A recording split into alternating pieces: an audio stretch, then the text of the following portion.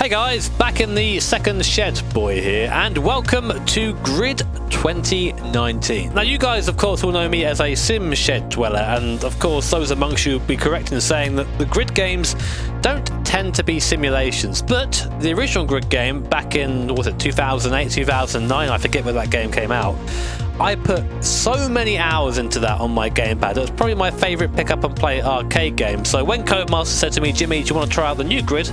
Of course I said yes. And I did that the other day on stream, but during that stream I only used a gamepad. And the most common question I had during that stream was, well, Jimmy, how does this game feel with a steering wheel? So I thought a nice idea for a video would be to try that out. And the reason, of course, why I'm in Rig Astley and not in my main rig is that the OSW has no chance in hell of being compatible with this. So I'm going to be trying it out on my Fanatec CSL Elite. I'm going to be driving a fairly standard AI race in the Super Modified series because that allows me to drive, of course, the Skyline R32 GTR. A little bit of a soft spot for those for a reason you can probably guess why. And also I drove this car a lot with the gamepad, so I figure it's a good comparison to compare how it felt with that to how it feels on the wheel. Now I think that's everything that I want to say, so I guess let's get into it. Let's see how Grid 2019 feels with a steering wheel. Well then, here we are on the grid in our R32 GTR Skyline. Oh, I bod like a madman there. Jimmy, it's turbo. Give it red before you go. And here we are then for 4 laps of the San Francisco GP circuit, I think it's called. It's a track that was in the original Grid game, so it's nice to come back to revisit it and see it all nice and shiny in 2019. So we're going to be doing 4 laps in, of course, our glorious R32 GTR. And just before we get going, a couple of things. First of all, I know the Grid games are usually quite rough and quite ready. There's usually quite a bit of contact in the races. I'm going to try and keep that to a minimum. I say as I hit a literal prince in front of me there. But we might end up throwing that to the wind if I need to make some place up at the end, or if the AI is being a bit too rough. The AI will put you in the wall and it will not care. That's what I like about the Grid AI. It's you've got to keep on your toes when driving around it. And secondly, I have driven a little bit of this before on the wheel just to get an idea of how everything felt. Again, put into the wall. Excuse me, I've got damage off, as you can probably tell. Well, mechanical damage anyway. Yeah, I have driven a bit of this to get an idea of how it all feels. But other than that, this is pretty much my first race, so yeah, still learning a lot as we go. So over the jumps at the top there. I said at the start of the video that I always think that Grid is a game that should be played with a gamepad. It's a game you kind of sit back and relax with, you know, maybe have a beer when you're sitting just chilling out. It's not a game you take super duper seriously like iRacing or Assetto Corsa, and that's why I like it. I think we need more games like this really, because everyone takes racing too seriously nowadays online, including myself sometimes. I get into a bit of a traffic jam coming down the hill there. Come on lads, I've got places to be. And as such, I don't really kind of equate this game with a steering wheel, but I thought, you know, we'll give it a go. And I must say, I am pleasantly surprised. I thought it would be terrible with a wheel as we get up to nearly 200 miles an hour. Oh god! Hey friends! I couldn't avoid that really, but luckily everyone got through there in one piece. I do cringe a little bit every time I crunch a GTR though, just you know, deep feelings there. Yeah, pleasantly surprised. The force feedback, whilst not being, of course, this massively detailed thing you'd expect with a racing simulator, it is enough to let you know what is going on with the car. One of my criticisms of Grid 2019 when I was playing with a gamepad is that I felt that when you run with all the assists off, it's quite easy to spin the car and not really know why.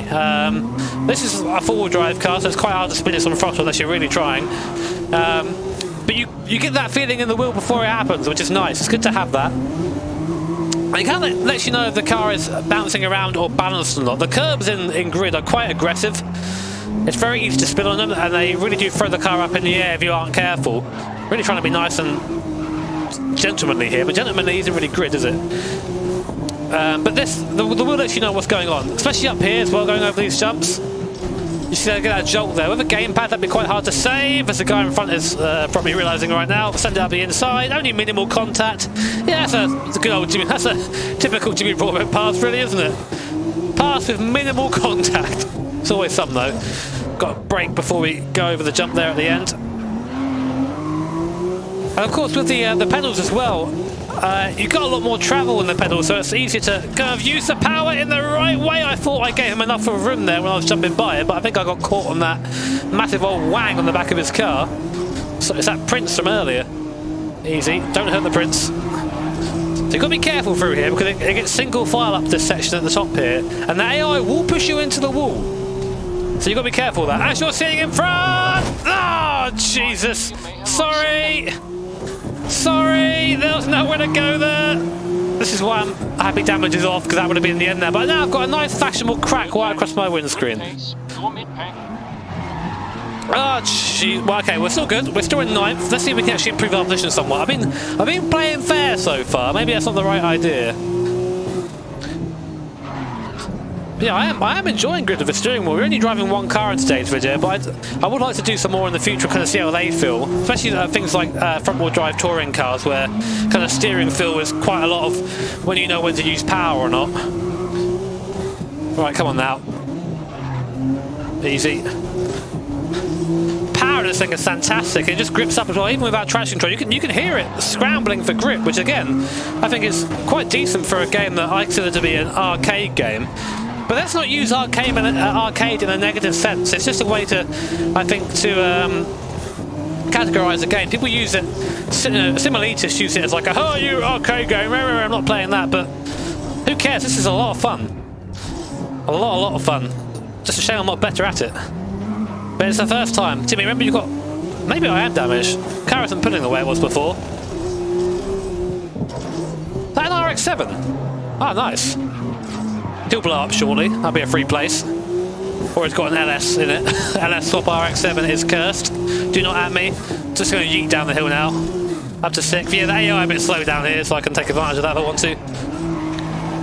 4-wheel drift!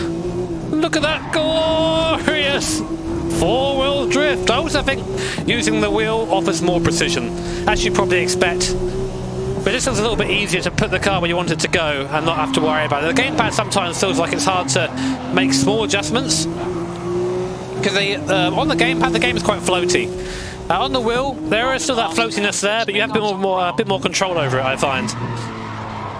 Easy. Right, we're in 6th. Let's not be Super GT. Let's see if we can actually get a place and hope that our hood stays down for the rest of the race. Otherwise that crap windscreen is going to be a bit more, I think.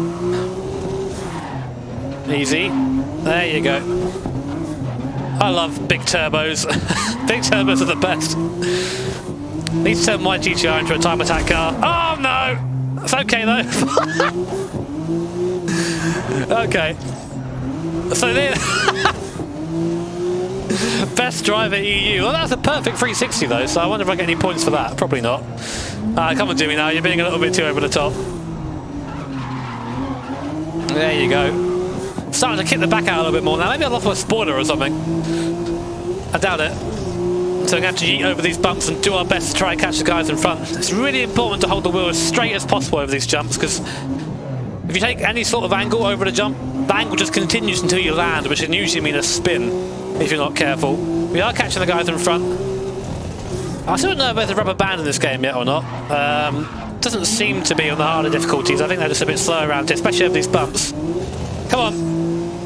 Let's just put a caution to the wind now. But yeah, again, to reiterate, overall, I'm pretty impressed with how this is in the wheel in this car. I'm really enjoying it. I think I'm going to do more of the wheel. I might even, when I get around to doing the career mode of this, I might even come back and do it on the wheel, because why not? Could be a bit of a laugh. So I'm happy to say that I think the age of Grid, for me, being just a gamepad game, is over. If you get the chance, try us on the wheel. I think you're going to enjoy it. And we come home in 6th. We are Super GT. Damn it. can't escape Steve. There is no escape. But yes, that is Grid on a wheel.